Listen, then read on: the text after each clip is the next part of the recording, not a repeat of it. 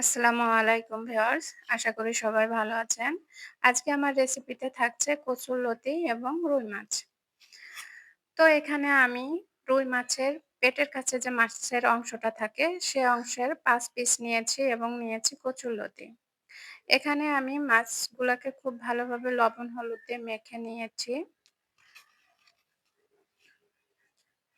লবণ হলুদ যাতে মাছের সাথে খুব ভালোভাবে মিশে যায়, তোর জন্য এভাবে মিশিয়ে নিব। তে পর্যায়ে আমরা কড়াইটি গরম করে নিয়েছি এবং এখানে পরিমাণ মতো তেল নিয়ে নিব। তেলটা গরম হলে এখানে মাছটা দিয়ে দেব। তেলটা অবশ্যই ভালো করে গরম করে নিতে হবে, তা না হলে মাছটা কড়াইতে লেগে যাবে। মাছ ভাজার জন্য মাছটি কড়াইতে দিয়ে দিব। আশা করি ভিডিওটি আপনারা সম্পূর্ণ দেখবেন, তাহলে রেসিপিটির মূল মজাটা এবং স্বাদটা বুঝতে পারবেন। তো আপনাদের কাছে আমার রিকোয়েস্ট যে ভিডিওটা সম্পূর্ণ দেখবেন এবং লাইক কমেন্টস করবেন। তো এখানে মাছের এক পিঠ হয়ে গেছে ভাজা। তো এক্ষেত্রে আমরা মাছটা উল্টিয়ে দিব যাতে অপর পিঠ ভালোভাবে ভাজা হয়ে যায়। তো এক্ষেত্রে আমরা এখানে মাছটা ভাজা হয়ে গেলে পেঁয়াজটা এভাবে ভেজে নিব। পেঁয়াজটা এভাবে ভেজে নেওয়ার পরে এখানে কিছু পানি এড করব, যেহেতু এখানে মসলা দিব। মসলাটা যাতে পুড়ে না যায় সেক্ষেত্রে আগের থেকে আমি পানিটা দিয়ে নিলাম। এখানে নিয়েছি আধা চা চামচ শুকনা মরিচ, আধা চা চামচ জিরার গুঁড়া, আধা চা চামচ আদা, আধা চা চামচ ধনিয়ার গুঁড়া। তো সবগুলো উপকরণ আমি এখানে দিয়ে খুব ভালোভাবে নেড়ে মিশিয়ে নিব পানির সাথে। তো আমি একটা কথা বারবারই বলি যে মসলার ব্যবহারটা করলে অবশ্যই মসলাটা খুব ভালোভাবে কষিয়ে নিব।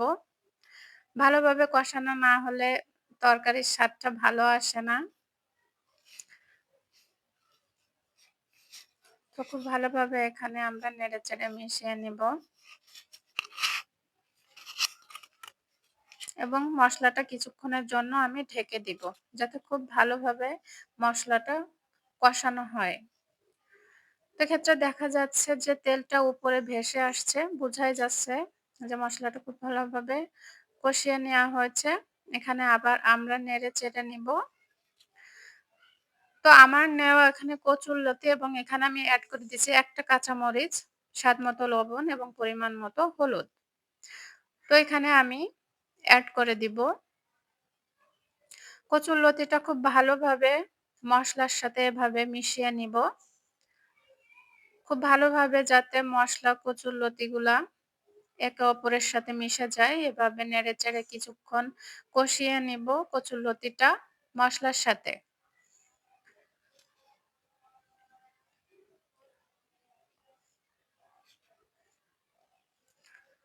তো এভাবে নেড়ে নেওয়ার পরে এতে আমরা কিছুটা পানি এড করে দিব।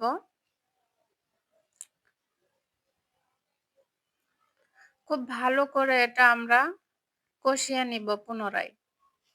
আমার তরকারি রান্নাটার ক্ষেত্রে কষানোটা খুব পছন্দ। কারণ যত কষাবেন তরকারিটা ততটাই তরকারি ভালো হবে। রান্নাটাও ভালো হবে, দেখতেও ভালো লাগবে, খেতেও ভালো লাগবে। তো এই পর্যায়ে এখানে আমি আমার মাছটা এড করে দিব।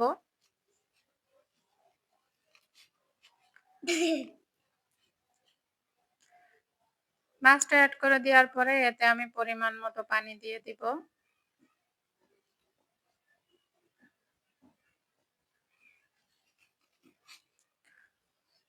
এরপর কিছুক্ষণের জন্য ঢেকে দিব। তো আমি ঢেকে দেওয়ার মাঝে কয়েকবার নেড়ে দিয়েছি অফলাইনে, ক্যামেরার অফলাইনে। এরপর কিছুক্ষণ পরে ঢাকনাটা তুলে এ পর্যায়ে পানিটা খুব ভালোভাবে জাল উঠে গেছে। নেড়ে নিব আমরা। কচুরলতিটা এখনো ভালোভাবে সিদ্ধ হয় নাই। তো যাতে কচুরলতিটা ভালোভাবে সিদ্ধ হয় তার জন্য আমরা আবারও ঢেকে দিব।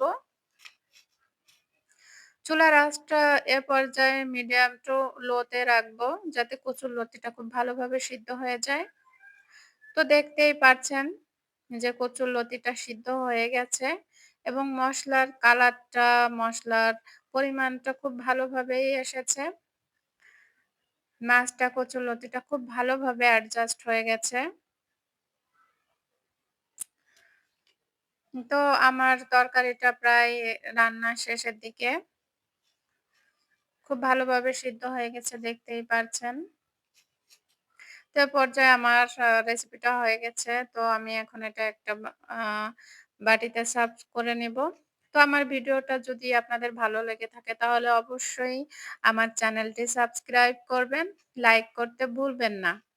আশা করি আমার ভিডিওটা আপনাদের কাছে ভালো লাগবে। তো এখানে আমি একটা বাটিতে সার্ভ করে নিয়েছি। দেখুন কালারটা কত সুন্দর আসছে এবং দেখতেও অনেক ভালো লাগছে। খেতেও ততটা ভালো লাগবে যতটা দেখতে ভালো লাগছে। তো আশা করি সবাই ভালো থাকবেন এবং চ্যানেলটি অবশ্যই সাবস্ক্রাইব করবেন। ধন্যবাদ সবাইকে।